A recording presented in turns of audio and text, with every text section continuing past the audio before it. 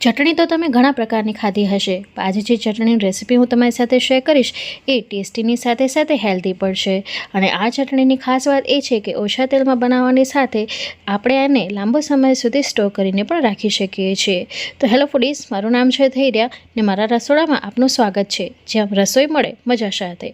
તો ચાલો જોઈ લઈએ કે આ ખૂબ જ ટેસ્ટી અને હેલ્ધી ચટણી આપણે કઈ રીતે બનાવીશું. તો સૌથી પહેલાં આ ચટણી બનાવવા માટે તો આપણે જોઈશે ઘણો બધો લીમડો. જી હા ફ્રેન્ડ્સ, જે આપણે દાળ શાકમાં યુઝ કરતા હોઈએ છીએ, મીઠા લીમડા તરીકે પણ ઓળખીએ છીએ, એ જ આપણે મીઠા લીમડાના પાનની જરૂર પડશે. આ મીઠા લીમડાના પાનને મેં ધોઈને કોરા કરી લીધા છે. હવે પાન કેવા લેવા, તો આવી રીતે તાજા હોય એવા લેવાના. બગડેલા એટલે કે કાણા પડેલા કે કાળા પડી ગયેલા પાનના આપણે ઉપયોગ નથી કરવાનો આ ચટણી બનાવતી વખતે. તો આ રીતે તમે અહીંયા જોઈ શકો છો કે અત્યારે વરસાદનો માહોલ છે તો પાન ખૂબ જ સરસ લીલાછમ થઈ ગયા છે. અહીં એકદમ કૂણા પાનનો ઉપયોગ ન કરતા આવી રીતે સેજ મોટા પાન હશે એનામાં ફ્લેવર વધારે હોય છે, એટલે આવા પાનની પસંદગી કરવી જે થોડોક ઘાટો કલર હોય એવા. સાવ કૂણા પાનનો ઉપયોગ કરશું તો એને શેકાતા પણ વાર લાગશે, કારણ કે એમાં મોઇશ્ચરનું પ્રમાણ વધારે હોય છે, એટલે એ બાબતનું તમારે ધ્યાન રાખવાનું છે. આવી રીતે મોટા પાન લેશો તો એ ફટાફટ શેકાઈ જાય છે. હવે કૂણા પાન એટલે કેવા, તો આવી રીતે ફૂટ્યા જ હોય એવા ઝીણા અને મોઇશ્ચરવાળા પાનનો ઉપયોગ આપણે નહીં કરીએ. અહીં મેં એક બાઉલ ભરીને મીઠા લીમડાના પાન લઈ લીધા છે. આ મીઠા લીમડાની અંદર પ્રચુર માત્રામાં calcium, phosphorus, iron, vitamin E, vitamin C જેવા પોષક તત્વો મળે છે, જે આપણા શરીર માટે ખૂબ જ ઉપયોગી છે. તો ડેલી શાક સાથે થોડીક આ ચટણી ખાશું તો એના જે તત્વો છે આપણા શરીરને મળી રહે છે. હવે અહીંયા એક પેન લઈ લેવાનું છે. તમે અહીંયા નોનસ્ટિક કે કડાઈનો પણ ઉપયોગ કરી શકો છો. 2 ટેબલ સ્પૂન જેટલું જ આપણે તેલ નાખીશું અને આની અંદર આપણે લીમડાના પાન નાખી દઈશું. અહીં એક વસ્તુનું ધ્યાન રાખજો કે ધોઈ લીધા બાદ એને કોરા કરી લેવા ખૂબ જ જરૂરી છે, નહીંતર અહીંયા શેકાતી વખતે ખૂબ જ વાર લાગશે અને તેલના છાંટા પણ ઉડે એટલે દાઝી જવાનો પણ સંભાવના રહે. તો એકદમ કોરા કરી લેવાના, કારણ કે અત્યારે વરસાદી માહોલ છે તો આ પાન બહુ જ કૂણા હોય છે, અંદર મોઇશ્ચર વધારે પ્રમાણમાં હોય છે, એટલે નાખશો એટલે સેજ તેલનો ચટકારો તો આવવાનો જ. પાણી ન રહે એ વાતનું ધ્યાન રાખજો. પાણી રહી જશે તો ફટાફટ લીમડાના પાન શેકાશે પણ નહીં, અને જો ચટણીની અંદર મોઇશ્ચર રહેશે તો તમે આને લાંબો સમય સુધી સ્ટોર કરીને નહીં રાખી શકો. તો અહીં બધા ઇન્ગ્રેડિયન્ટ જે આપણે ઉપયોગમાં લીધા છે ને એ બધા ડ્રાય ઇન્ગ્રેડિયન્ટ લીધા છે. કોઈ પણ લિક્વિડ ઇન્ગ્રેડિયન્ટનો ઉપયોગ આ ચટણીની અંદર આપણે નથી કર્યો, જેના કારણે આ ચટણી તમે 6 મહિના સુધી ફ્રીજમાં સ્ટોર કરીને ખાઈ શકો છો. હવે ગેસની ધીમા ફ્લેમે આપણે આને કન્ટિન્યુ ચલાવતા રહેશું એટલે એક પાન શેકાઈ જશે. અહીં તમે જો કે લગભગ 2-3 મિનિટ થઈ છે. શેકાયા બાદ એનો કલર થોડોક બદલાતો ગયો છે, એટલે કે ઘેરો થતો ગયો છે. તો બસ જ્યાં સુધી આ એકદમ ક્રિસ્પી ન થઈ જાય ત્યાં સુધી આપણે એને શેકી લેવાના છે. હવે અહીંયા તમે જોઈ શકો છો પહેલાં કરતાં ઘેરો કલર થઈ ગયો છે અને દેખાવે જ એ ક્રિસ્પી થઈ ગયા છે. તો આવી રીતે ફોડીને જોઈ લેવાના. તો આ રીતના ક્રિસ્પી થઈ જાય ત્યાં સુધી જ આપણે અહીંયા લીમડાના પાનને શેકવાના છે. હવે આ પાનને આપણે એક પ્લેટમાં કાઢી લઈશું જેથી ઠંડા થઈ જાય. આ જ પેનની અંદર ફરી પાછું આપણે 2 ટેબલ સ્પૂન જેટલો બીજો તેલ નાખીશું અને ત્યારબાદ આની અંદર આપણે 1/2 કપ જેટલા સિંગદાણા નાખીશું. અહીં આપણે બધી વસ્તુને એક સાતળવાની જગ્યાએ જે ઇન્ગ્રેડિયન્ટને સાતળતા વધારે વાર લાગે છે એને આપણે પહેલાં ઉમેરીશું. તો સૌથી પહેલાં આપણે સિંગદાણા ઉમેરીશું. 1/2 કપ જેટલા મેં લીધા છે. હવે સિંગદાણાને આપણે સ્લો ગેસની ફ્લેમ ઉપર સાતળવાના છે, જેથી વધારે આકરા ન થઈ જાય. તો કન્ટિન્યુ ચલાવતા રહેશો. લગભગ 1 થી 1.5 મિનિટનો સમય લાગશે, વધારે વખત નથી લાગતો. અહીં તમે જોઈ શકો છો કે સિંગદાણા ફૂટવા લાગ્યા છે. તો આવી રીતે જેમ જેમ સિંગદાણા શેકાતા જશે તેમ તેમ એ ફૂટતા જશે. તો જ્યારે આ રીતે ફૂટવા લાગે ને ત્યારે આપણે 10 કળી લસણની નાખી દઈશું. હવે જે લોકો લસણ ન ખાતા હોય તો એ લોકો આ સમયે અડધો ઇંચ જેટલો આદુનો ટુકડો નાખી શકે છે. એનાથી પણ આ ચટણી ખૂબ જ સ્વાદિષ્ટ તૈયાર થાય છે. હવે જેમ જેમ લસણ શેકાશે ને તેમ તેમ એ શ્રિંક થતું જશે એની સાઇઝ કરતાં, અને એના ઉપર સ્પોટ આવવા લાગશે. તો કન્ટિન્યુ ચલાવતા રહીશું જેથી નીચેથી કંઈ બળી ન જાય, સિંગદાણાના દાણા પણ અને લસણની કળીઓ પણ. અહીં તમે જોઈ શકો છો કોઈ ઉપર સ્પોટ નથી આવ્યું, પણ લસણની કળી થોડીક શ્રિંક થઈ ગઈ છે. તો આ સમયે આની અંદર આપણે 2 ટીસ્પૂન જેટલું કાચું જીરું નાખીશું અને ફરી પાછું કન્ટિન્યુ ચલાવીશું. તો થોડી વારમાં જ લસણ છે એ બાકી રહેલા તેલની અંદર સરસ સતળાઈ જશે અને પોતાની અરોમા છે એ રિલીઝ કરે છે. આ સમયે રસોડાની અંદર એટલી સરસ સુગંધ આવે છે કે તમને શું કહું.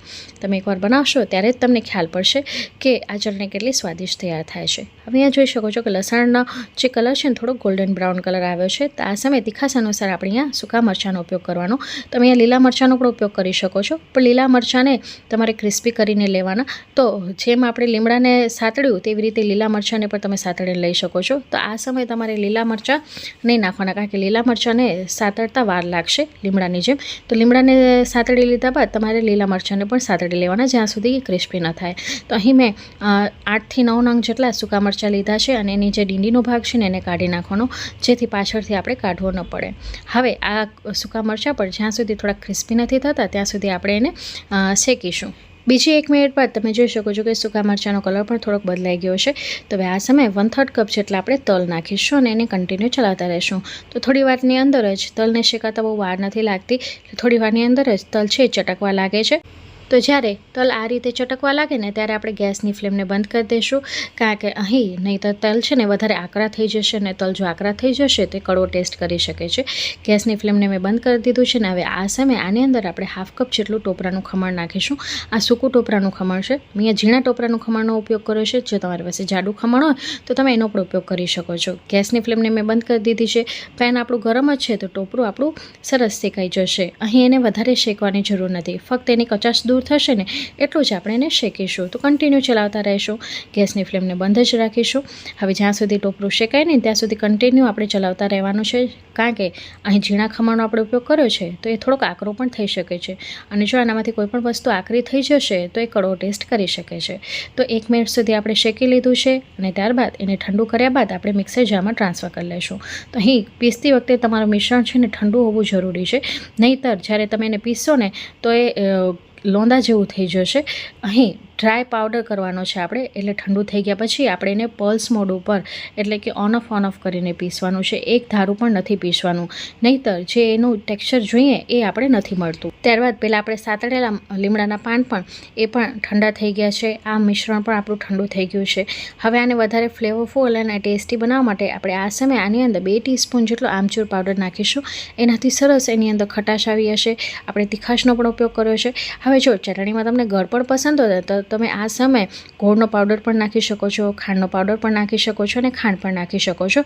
તમને જે ગળપણ પસંદ હોય એ પ્રમાણે નાખવાનું. હું અહીંયા ગળપણને સ્કીપ કરી રહી છું, એની જગ્યાએ સીધું આપણે ખટાશ જ ઉમેરીશું. તો 2 ટીસ્પૂન જેટલો આપણે આમચૂર પાવડર નાખ્યો છે. ખટાશનું પ્રમાણ તમે તમારા સ્વાદ અનુસાર ઉપર નીચે કરી શકો છો.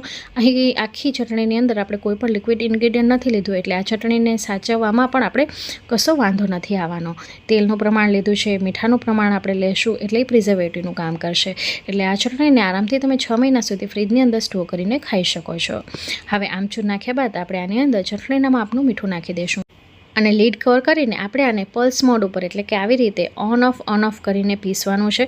અહીં તમે જોઈ શકો છો એક ધારું આપણે નહીં પીસી, કારણ કે આની અંદર સિંગદાણા છે, ટોપરું છે, ઓઇલ નાખ્યું છે, જેના કારણે જો એક ધારું પીસીશું ને તો લોંદા જેવું થઈ જશે.